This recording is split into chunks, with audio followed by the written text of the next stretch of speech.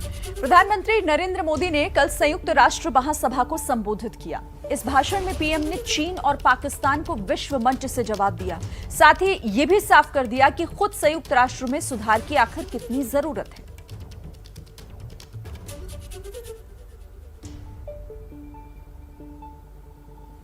अफगानिस्तान की धरती का इस्तेमाल आतंकवाद फैलाने और आतंकी हमलों के लिए न हो। यूएन पर आज कई तरह के सवाल खड़े हुए। अपने पिता की मदद करता था, यूएनजीए को संबोधित कर रहा है। I have great pleasure in welcoming His Excellency Narendra Modi, Prime Minister of the Republic of India. विश्व के सबसे बड़े मंच संयुक्त राष्ट्र महासभा के पोडियम से पीएम ने बिना नाम लिए पाकिस्तान पर निशाना साधा तो चीन की विस्तारवादी नीतियों पर दुनिया को भी चेताया। रूल बेस्ड वर्ल्ड ऑर्डर को सशक्त करने के लिए उनके संबोधन में अफगानिस्तान भी था। वो सब कुछ था जो इस वक्त दुनिया को बताना, समझाना जरूरी है।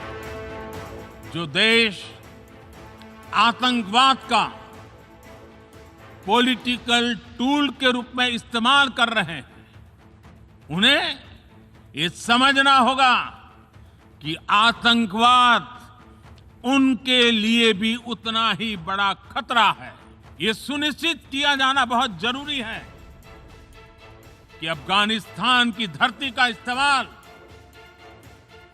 आतंकवाद फैलाने और आतंकी हमलों के लिए न हो। हमें इस बात के लिए भी सतर्क रहना होगा कि वहां की नाजुक स्थितियों का कोई देश अपने स्वार्थ के लिए एक टूल की तरह इस्तेमाल करने की कोशिश न करें। हमें यह ध्यान रखना होगा कि ओशन रिसोर्सेज को हम यूज करें, एब्यूज नहीं।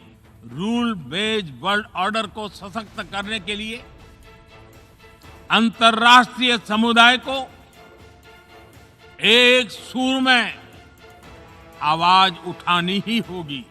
संयुक्त राष्ट्र को खुद को प्रासंगिक बनाए रखना है तो उसे अपनी इफेक्टिवनेस को सुधारना होगा। यूएन पर आज कई तरह के सवाल खड़े हो रहे हैं। ये भारत के लोकतंत्र की ताकत है कि एक छोटा बच्चा जो कभी एक रेलवे स्टेशन के टी स्टॉल पर अपने पिता की मदद करता था, वो आज चौथी बार भारत के प्रधानमंत्री के तौर पर यूएनजीए को संबोधित कर रहा है। सेवा परमो धर्मः, मानवता के प्रति अपने दायित्व को समझते हुए भारत ने एक बार फिर दुनिया के जरूरतमंदों को वैक्सीन देनी शुरू कर दी है। दुनिया भर के वैक्सीन मैन्युफैक्चरर्स को भी आमंत्रित करता हूं, कम make vaccine in India. PM ने तालिबान से लेकर इमरान के झूठे बयानों पर करारा प्रहार किया, वो भी यूएन की मर्यादाओं का ख्याल रखते हुए। पीएम की एक एक बात दुनिया को सच्चाई से वाकिफ कराती है, उस दुनिया को जिसके कई देश आज भी आतंक को पालने पोसने वालों के मददगार हैं। पीएम ने अपने संबोधन में चाणक्य का भी नाम लिया और टैगोर का भी। शुभो कर्मपोथे, शुभो कर्मपोथे, धोरो निर्भयो गान, सौब दुर्बल सौन्योष भोग अवसान। अर्थात अपने शुभ कर्म पथ पर निर्भीक होकर आगे बढ़ो, सभी दुर्बलताएं और शंकाएं समाप्त हो। कोरोना काल में एशिया के बाहर पीएम का पहला दौरा दुनिया में हिंदुस्तान के रिश्तों की नई शुरुआत लेकर आया। इस दौरे में पीएम ने संयुक्त राष्ट्र महासभा को संबोधित किया।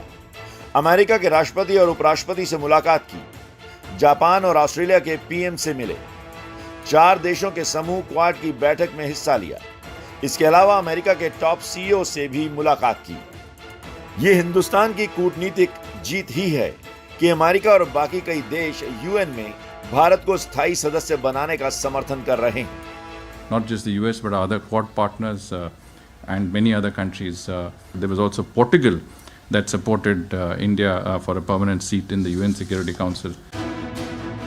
सरकार इस दौरे को उम्मीदों की नई उड़ान मान रही है, लेकिन विपक्ष ने मोदी के दौरे पर हमला कर दिया। राहुल गांधी ने खुद कांग्रेस की तरफ से कमान संभाली।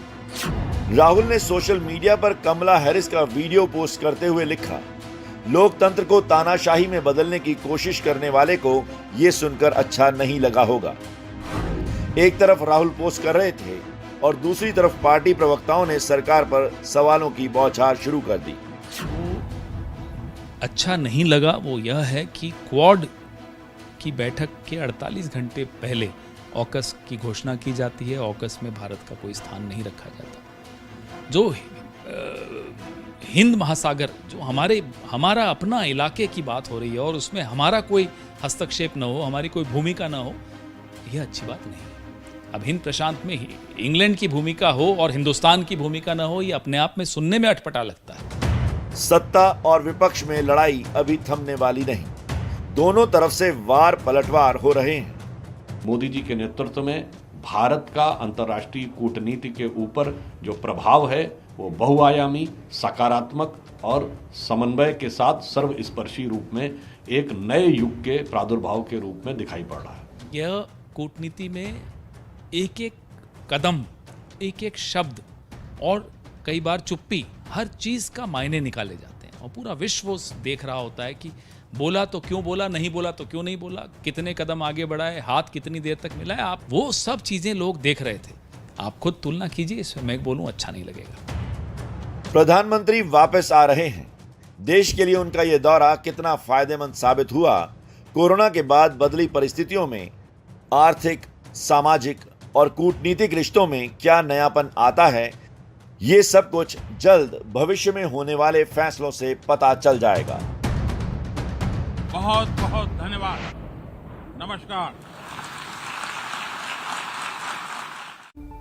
और ताज़ा जानकारी के साथ न्यूयॉर्क से हमारे साथ हमारे सहयोगी विकास भदौरिया इस वक्त जुड़ गए हैं। विकास, चाहे आतंकवाद का मुद्दा हो या चीन की विस्तारवादी नीति का, मोदी ने उस मंच से सबको खरी खरी सुनाया। क्या लगता है कि क्या दोनों ही देशों पर इसका कोई प्रभाव पड़ेगा?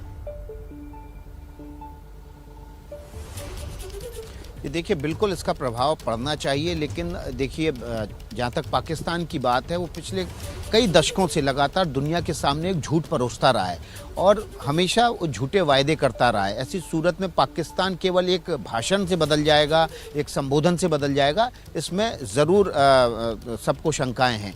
लेकिन दुनिया के सामने पाकिस्तान को, चीन को, तालिबान को एक तरह से प्रधानमंत्री नरेंद्र मोदी ने आईना दिखाया है और ये आईना अगर इन दोनों तमाम देशों को समझ में आ जाए और वो समय रहते संभल जाएं तो ठीक है। नहीं तो जो प्रधानमंत्री ने एक बात कही कि जो आतंकवाद को संरक्षण दे रहे हैं वो उसका भी शिकार होंगे।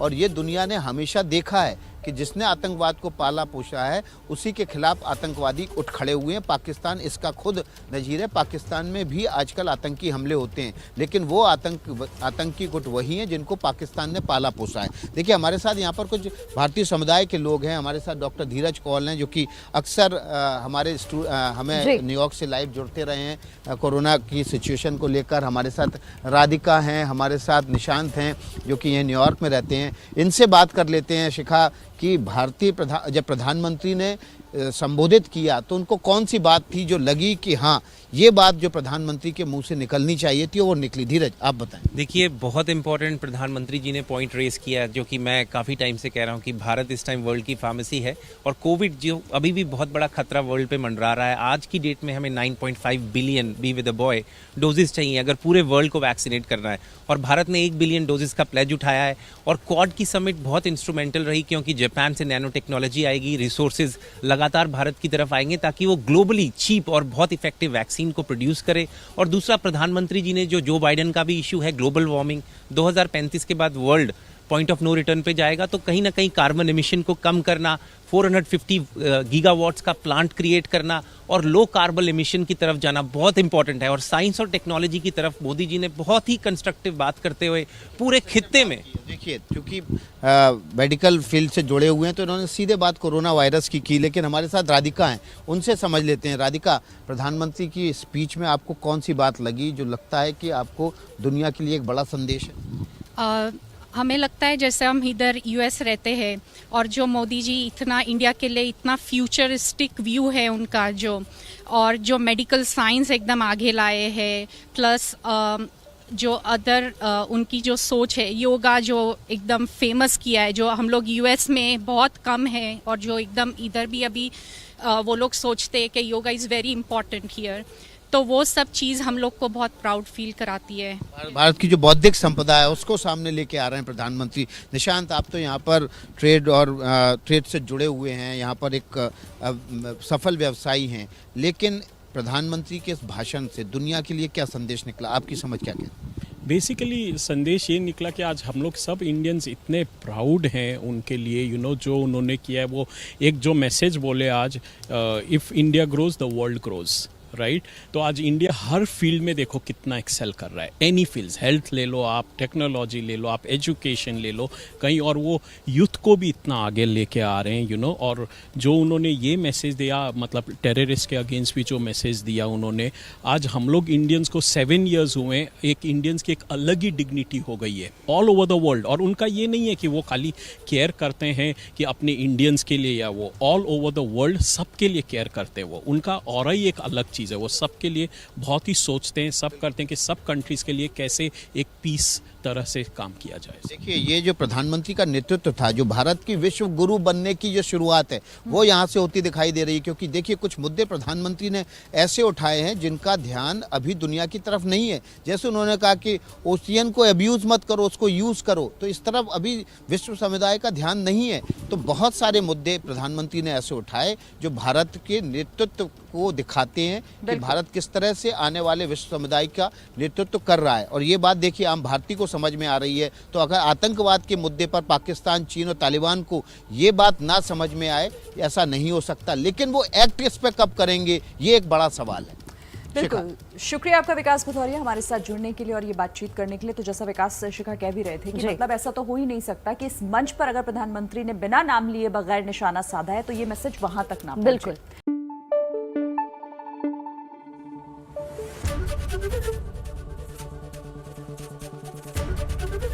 एबीपी न्यूज आपको रखे आगे।